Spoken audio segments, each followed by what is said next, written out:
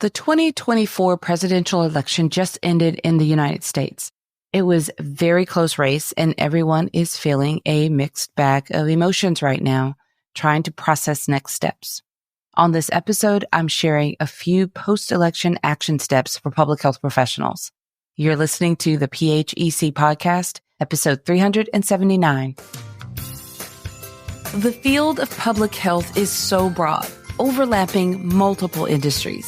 With epidemiology at the core of public health, there are an unlimited number of ways to target specific populations, health conditions, environmental issues, and causes that matter most to you. My name is Dr. Huntley, and I'm the host here on the Public Health Epidemiology Conversations podcast. I'm an epidemiologist, consultant, and entrepreneur with over 20 years of experience in healthcare and public health. On this podcast, my guests and I engage in conversations that demonstrate the importance of public health and epidemiology across a variety of industries, helping you think outside the box and inspire greater positive impact in communities around the world. Now, let's dive into the topic of this brand new episode. Greetings, everyone, and thank you for joining me on this episode. The 2024 presidential election just ended in the United States. I know that a lot of you are listening from different countries, but the majority of you are right here in the United States. It was a very close race, and everyone is feeling a mixed bag of emotions right now, trying to process next steps. What happened, what's next for us. I don't make any assumptions that all of you voted the exact same way. So as I'm sharing on this episode a few post-election action steps for public health professionals, I would like for you to all keep in mind a core value or theme or action of practicing mindfulness. So in practicing mindfulness, realizing that not everyone voted the exact same way that you did, that all of us in public health, we've been charged with voting for health. So we are focused on health of populations. We have probably different ideas about what that looks like and different opinions about who may be the best suited leader for this role. So I'm not here to sway you blue or red. I'm here to simply emphasize that we need to practice mindfulness because at this point, regardless of how we voted, the results are in and we have to decide what we're going to do as we move forward. So a divided public health family industry serves no one. So practice mindfulness and yes, advocate for what you believe in. Yes, be passionate about what you do and how you serve, but also be mindful of our colleagues and how we approach these conversations and how we are showing up and serving public health. All right. That being said, I have 3 action items for you. I like being able to narrow things down as much as possible. Even as I record this, I'm in the process myself. I am processing all of this myself.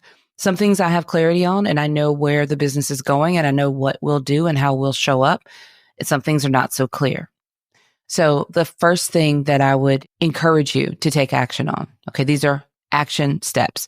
The first thing is rest. Yes, rest, as if it's a complete sentence. You need to relax your body, rest your mind. Building up to the election was all of our energy. And now that we have results, rest. Take a moment to pause and rest, whatever that rest looks like for you, because it may be very different from one person to the next.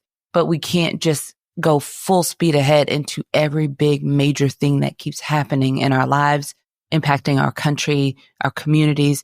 Rest. You need to rest first and foremost. The next action item for you is reflect.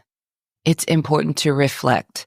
Reflect over what you've done to this point. Reflect over historical context, what's happened in the past, because we have a lot of lessons to pull from the past. Reflect over actions that you've taken, what's worked, what hasn't worked. Reflect over the campaign, the entire presidential campaign. Reflect over previous administrations, what worked, what didn't work. And there's a lot that can come from your period of reflection. So sometimes in order to truly be able to reflect, you must rest. That's why I put it first. So rest Number 2 is reflect. And finally, number 3 is reset.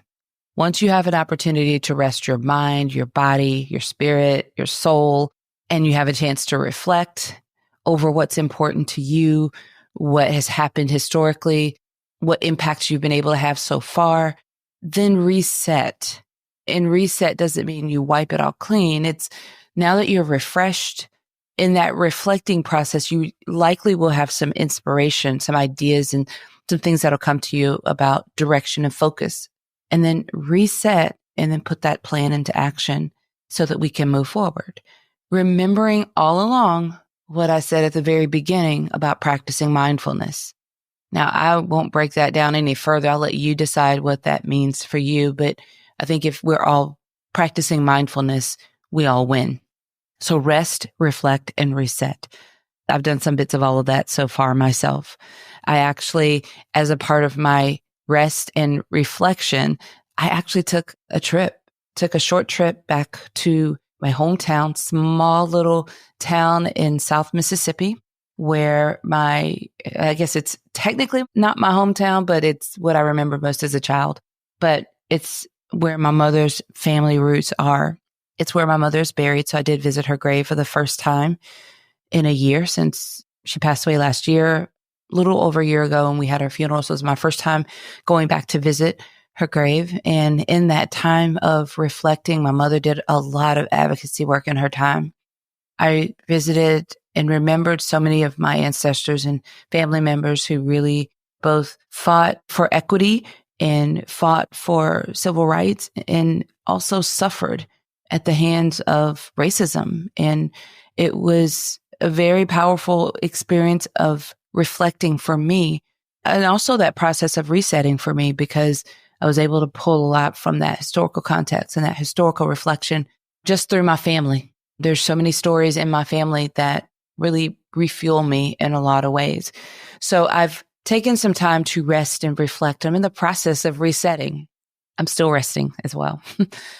So I really wanted to share that with you right now in this timely manner and kind of interrupt my regularly scheduled episode flow. But it's important because what you will experience, even on this podcast, is a result of what I'm doing and what I'm sharing and encouraging you to do. So practice mindfulness across the board. And then I want you to rest, reflect, and reset. In the show notes for this episode, you'll find links to connect with me on LinkedIn, also directly through my website. You can learn about our consulting services. I do lead a public health consulting firm specializing in epidemiology. So you'll be able to explore that and just connect with me on LinkedIn. Is primarily where I spend my time. The show notes can be found at our website. So if you go to phecpodcast.com, this episode is 379. You can just scroll to 379 and find the show notes very easily. One more thing before we go. Please take a moment and share this episode with your network or directly with a friend. If you're listening now in one of the podcast apps, then you can easily share it through a text or directly onto social media. But at the bottom of the show notes page, you'll also find social sharing buttons, which make it just really easy for you to share this episode with your network. All right, everyone. Until next time, have a fantastic rest of your day. Thank you for listening to the Public Health Epidemiology Conversations podcast. Visit phecpodcast.com to find the show notes for each episode and to learn how to work with me.